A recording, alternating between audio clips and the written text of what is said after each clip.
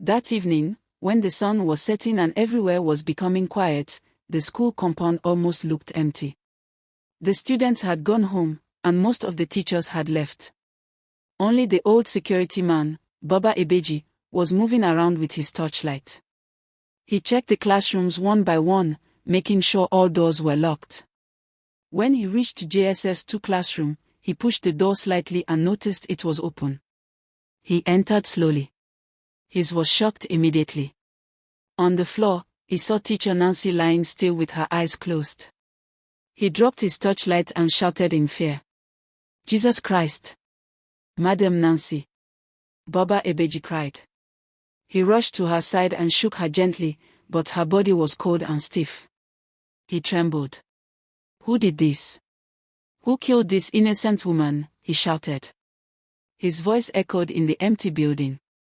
Baba Ebeji quickly ran to the school gate and used his phone to call the police. Within minutes, a police patrol van arrived with sirens. The officers rushed in and saw the lifeless body.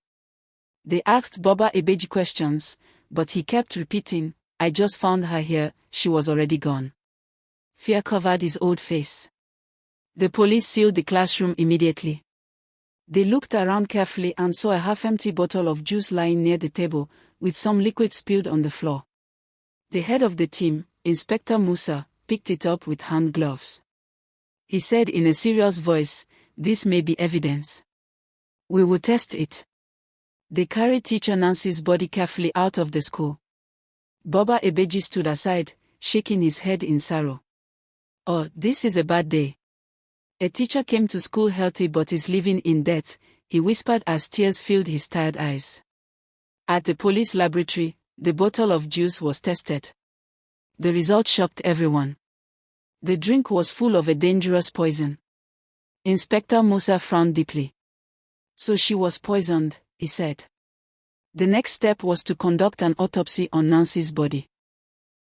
Doctors carried out the test in the hospital morgue. After hours of work, the report came out. It showed that the same poison found in the bottle was present inside Nancy's system. It was clear that the juice killed her. Inspector Musa held the report and said, "We are dealing with a murder case, not accident."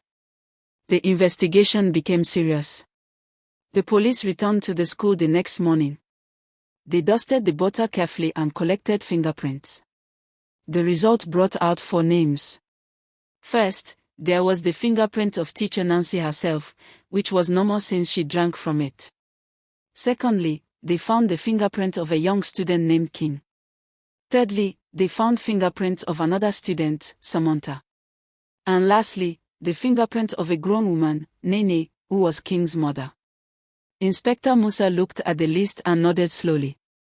"This means these 4 people touched the bottle at different times," he declared firmly. Inspector Musa gathered his team and gave them orders. "We must call these people in for questioning. We cannot jump to conclusions yet. But until we know the truth, all of them are suspects." The officers nodded and took notes. Baba Ebeji, who was standing nearby, scratched his head. He said with a shaky voice, "Inspector, I beg you, find the person that did this evil." Teacher Nancy was a good woman. She never quarreled with anybody. She loved these children like her own. Why should she die like this? The inspector placed a hand on Baba Ebeji's shoulder gently. Later that day, the police went to King's house first. They met Nene and her son sitting in the living room. Inspector Musa introduced himself. "Madam, your fingerprints were found on the bottle that killed Teacher Nancy. We need you and your son to come to the station for questioning." Nene was shocked. "What? My fingerprints? How is that possible? I don't know anything about this," she shouted. King looked frightened. "Mommy, what is happening?" he whispered. The inspector said calmly, "Madam, shouting will not solve it. You and your son must follow us. This is a murder case." The police also went to Samanta's house. They met her mother in the compound. "Good afternoon, officers," she greeted in confusion. "Is there any problem?" Inspector Musa replied, "Yes, madam. We need to speak with your daughter. Her fingerprints were found on the bottle of juice that killed her teacher. We must ask her questions." Samanta's mother covered her mouth in shock. "Blood of Jesus. My daughter is innocent. She is just a child," she cried. Samanta herself came out, trembling.